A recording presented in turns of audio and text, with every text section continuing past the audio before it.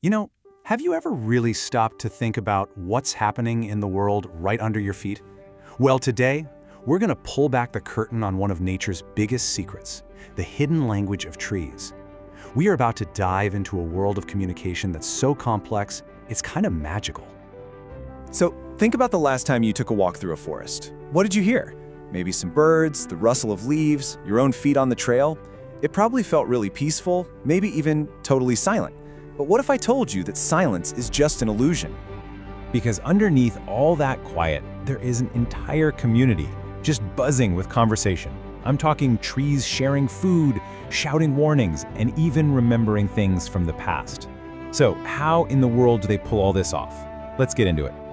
Okay, so our journey starts, but not up in the branches.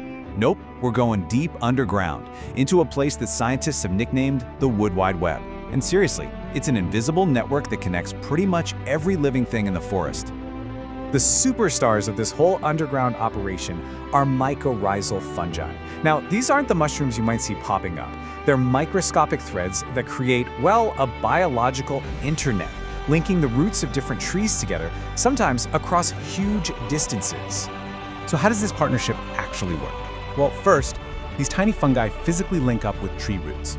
And from there, they create this massive shared network.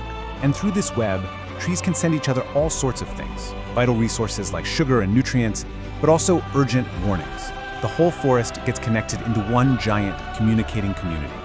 And right at the heart of this network, you've got the biggest, oldest trees. Scientists often call them mother trees. They're like the central hubs, connected to hundreds of other trees around them. And they actively nurture the next generation, sending essential sugars through the network to little saplings that are struggling for sunlight. It's basically a form of forced parenting. It's amazing. But the conversation isn't just happening underground. For faster, more immediate messages, trees also use the air. This means the forest has two completely different communication systems working together. You've got the underground fungal network, which is kind of like broadband. It's slower, but it's perfect for sharing big resource files and sending more complex long-term warnings.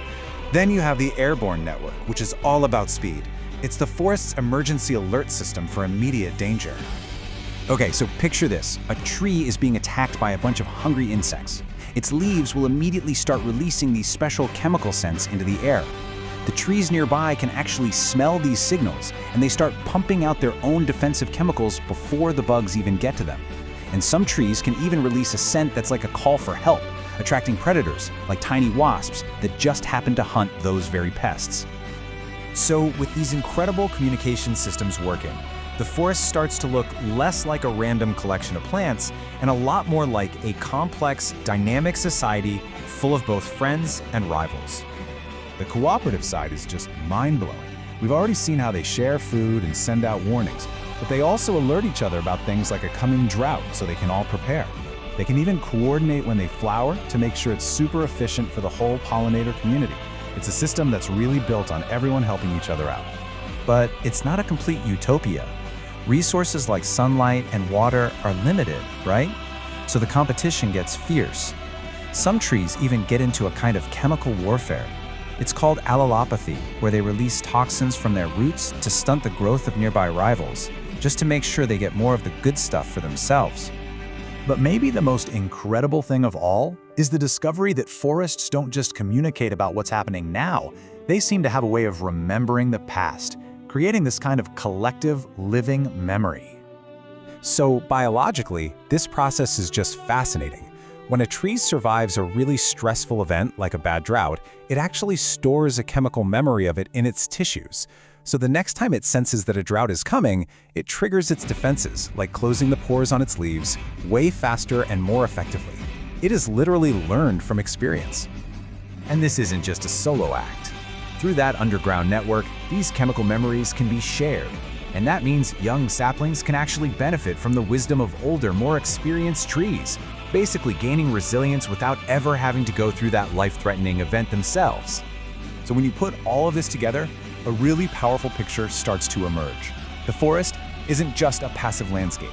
It's an active, you could even say intelligent, superorganism that shares, that warns, that defends its own, and that remembers its history so it can better face the future.